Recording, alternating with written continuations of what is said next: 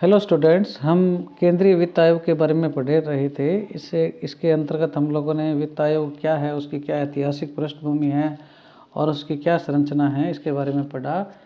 अभी वर्तमान में क्या है, 15वां वित्त आयोग कार्यशील है, तो उसके क्या स्ट्रक्चर है, उसके बारे में हम थोड़ा सा देखते हैं। उसके पश्चात हम वित्त आयोग के कार्यों के बारे में पढ़ेंगे।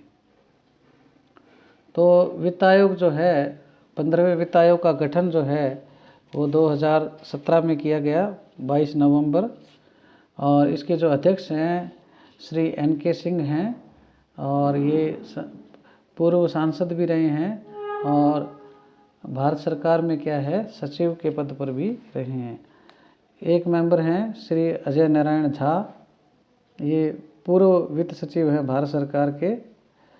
और एक मेंबर है डॉक्टर अनूप सिंह, ये जॉर्ज टाउन यूनिवर्सिटी US जो हैं उसके अंदर क्या है, प्रोफेसर हैं।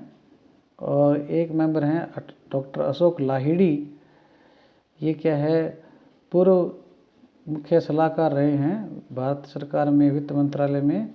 और बंधन बैंक जो है उसके भी क्या है, चेयरमैन रहे हैं। एक अंशकालिक मेंबर भी हैं डॉक्टर रमेश चंद, ये नीति आयोग के भी मेंबर हैं। और सचिव जो हैं वो हैं श्री अरविंद मेहता। तो इस प्रकार से क्या है, ये वर्तमान जो वित्त आयोग है, 15वां वित्त आयोग है, उसके अध्यक्ष व सदस्यों के बारे में जानकारी है।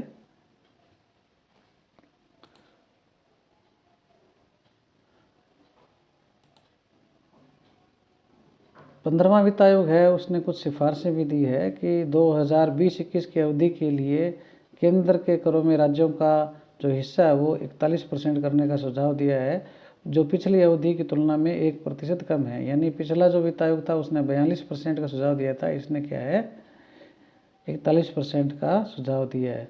और ये जो 1% काटा गया है, इसको क्या है, केंद्र शासित प्रदेश लद्दाख, जम्मू कश्मीर जो हैं उनको क्या है देने के लिए प्रावधान किए गए हैं। इसके पश्चात हम देखते हैं वित्त आयोग के कार्यों को। संविधान के अनुच्छेद 280 में ही क्या है, वित्त आयोग की जो रचना की गई है उसी में उसके क्या है, कार्यों और कर्तव्यों का विवरण भी दिया गया है। प्रारंभ में संविधान में वित्त आयोग के 3 कार्यों का उल्लेख था, और लेकिन 73वें और 74वें संविधान संशोधन के पश्चात क्या है, इसके कार्यों में क्या है, वृद्धि की गई है। तो वर्तमान में जो वित्त आयोग है उसके निम्न कार्य हैं। पहला कार्य है केंद्र और राज्यों के बीच विभाजनीय करों से प्राप्त शुद्ध राजस्व का वितरण और इसमें विभिन्न राज्यों का हिस्सा। यानी जो भी कर हैं तो उन करों का क्या है, जो भी राजस्व प्राप्त होता है, जो केंद्र और राज्यों के बीच विभाजित कर हैं, यानी कुछ कर ऐसे हैं जो केंद्र के द्वारा लगाए जाते हैं, कुछ कर क्या है राज्यों के द्वारा लगाए जाते हैं। तो इनसे जो रेवेन्यू प्राप्त होता है उसका क्या है, वितरण किया जाता है, ठीक है ना। और फिर ये जो वितरण है उसको फिर क्या है, विभिन्न राज्यों में क्या है, हिस्सा किया जाता है। यानी कौन से कर राज्यों को मिलेंगे और कौन से कर केंद्र को मिलेंगे, पहले तो क्या है उसका रेवेन्यू का वितरण किया जाता है। अब जो राजस्व आ जाता है और उस राजस्व को फिर क्या है, विभिन्न राज्यों के बीच में क्या है, बांटा जाता है। दूसरा है भारत की संचित निधि में से राज्यों को दिए जाने वाले अनुदान के लिए क्या है, ये सिद्धांतों का या मानकों का निर्माण करता है। इसके पश्चात राज्यों के वित्त आयोगों की सिफारिश के आधार पर राज्यों की जो पंचायतें हैं, नगर पालिकाएँ हैं, उनको भी क्या है कोष में या उनके अनुदान के लिए क्या है, ये सुझाव देता है। और कोई भी वित्त के हित में राष्ट्रपति द्वारा आयोग को सौंपे हुए अन्य विषय पर राष्ट्रपति को क्या है, ये सिफारिश करता है। तो ये इस प्रकार से क्या है, वित्त आयोग के कार्य हैं।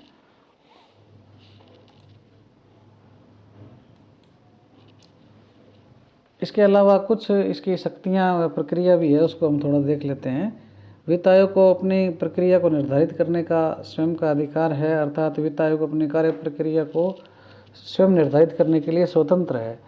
उसको कुछ शक्तियाँ भी है। वित्त आयोग को भारतीय सिविल प्रक्रिया संहिता 1908 के अंतर्गत न्यायालय के अनुसार सिविल न्यायालय की सभी शक्तियाँ प्राप्त है। वित्त आयोग किसी भी व्यक्ति को गवाही के लिए, दस्तावेज प्रस्तुत करने के लिए या पूछताछ करने के लिए बुलाने की शक्ति रखता है। वित्त आयोग को जो दी गई शक्तियाँ उसके अंतर्गत भी यह अधिकार प्राप्त है कि वह किसी भी न्यायालय या कार्यालय से कोई सार्वजनिक अभिलेख या दस्तावेज क्या है मंगवा सकता है और उसके संबंध में जानकारी प्राप्त कर सकता है। वित्त आयोग को आपराधिक प्रक्रिया की जो संहिता है धारा 480 और 482 के अंतर्गत क्या है कार्रवाई करने की शक्ति भी है। संविधान में ही इस बात की व्यवस्था की गई है कि वित्त आयोग अपनी कार्य प्रक्रिया स्वयं निर्धारित करेगा तथा अपने कार्यों के पालन में उसे ऐसी शक्तियां प्राप्त होगी जो संसद की विधि उसको क्या है प्रदान करे। संविधान में इस बात के भी स्पष्ट निर्देश हैं कि वित्त आयोग ऐसी उच्च अधिकार प्राप्त संस्था है जिसे अपनी कार्य प्रक्रिया निर्धारित करने की शक्ति संविधान ने स्वयं स्वीकृत की है। इस हेतु कोई निश्चित दिशा निर्देश सरकार जारी नहीं कर सकती है। अब तक नियुक्त सभी वित्त आयोगों को समस्त कार्य प्रक्रिया पर यदि हम दृष्टि डालें तो उससे ऐसा लगता है कि सभी आयोगों की कार्य प्रक्रिया में प्राय क्या है एक रूपता पाई जाती है। तो वित्त आयोग जो है उसकी कार्यविधि जो है उसमें सबसे पहले तो क्या है सदस्य सचिवों की नियुक्ति की जाती है और जो डेटा है उनका क्या है संकलन किया जाता है और राज्यों से भी क्या है विचार विमर्श किया जाता है। नागरिक और गैर सरकारी जो संगठन है उनके विचारों को भी क्या आमंत्रित किया जाता है।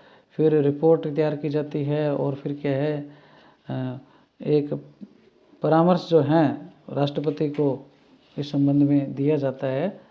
तो आयोग की जो सिफारिशें हैं वो क्या है मुख्यतः 3 भागों में विभाजित होती है। आयकर तथा उत्पादन शुल्क व अन्य केंद्रीय करों के विभाजन और वितरण से संबंधित सिफारिशें होती हैं। राज्यों को सहायता अनुदान दिए जाने से संबंधित अनुशंसाएं होती है और राज्य को दिए जाने वाले जो केंद्रीय ऋण हैं उनसे संबंधित क्या है सिफारिशें होती है।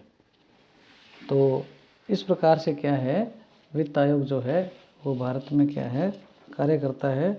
तो अभी तक की जो वित्त आयोग है उसकी समीक्षा यदि हम देखें तो वित्त आयोग ने क्या है भारत जैसे संघीय राज्य के वित्तीय संसाधनों के समन्वित उपयोग की दिशा में क्या है महत्वपूर्ण कार्य किया है। और वित्त आयोग की रचना के प्रावधान यद्यपि संविधान में दिए गए हैं किंतु व्यवहारिक रूप से आयोग का कार्य क्षेत्र केंद्र सरकार पर ही डिपेंड है।